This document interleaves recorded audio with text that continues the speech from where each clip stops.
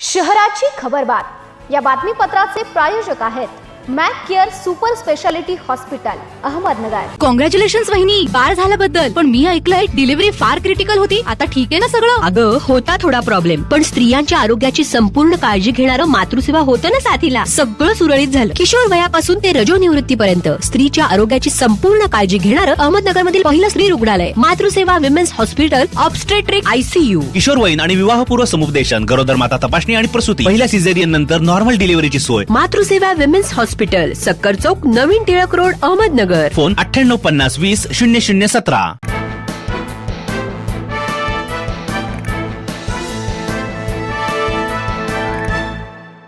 नमस्कार, मी साक्षी, न्यूज 24 सह्याद्रीमध्ये तुमचं स्वागत। पाहूया अहिलानगर शहरातील महत्त्वपूर्ण बातम्यांचा आढावा शहराची खबरबातमध्ये।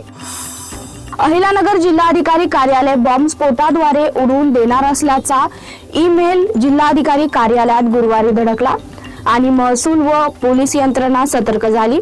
दुपारी 12:30-1च्या सुमारास जिल्हाधिकारी कार्यालयातील अधिकारी कर्मचाऱ्यांना तत्काळ कार्यालयाबाहेर काढून बॉम्ब शोध पथकाने इमारतीच्या 6ही मजल्यावरील कोपऱ्याची सखोल तपासणी केली।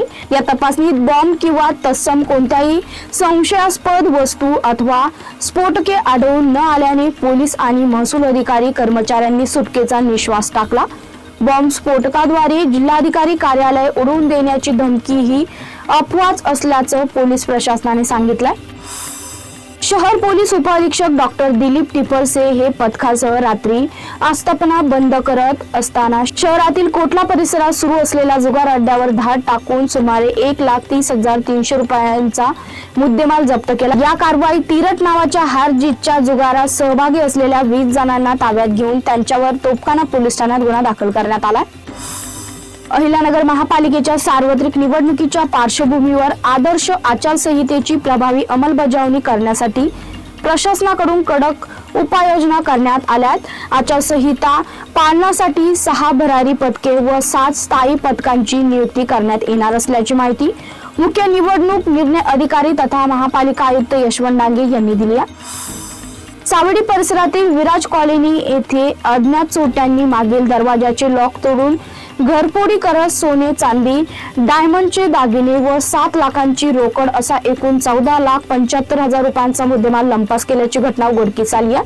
या प्रकरणी तोफखाना पोलीस ठाण्यात अज्ञात चोरट्याविरुद्ध बुधवारी घरफोडीचा गुन्हा दाखल करण्यात आलाय।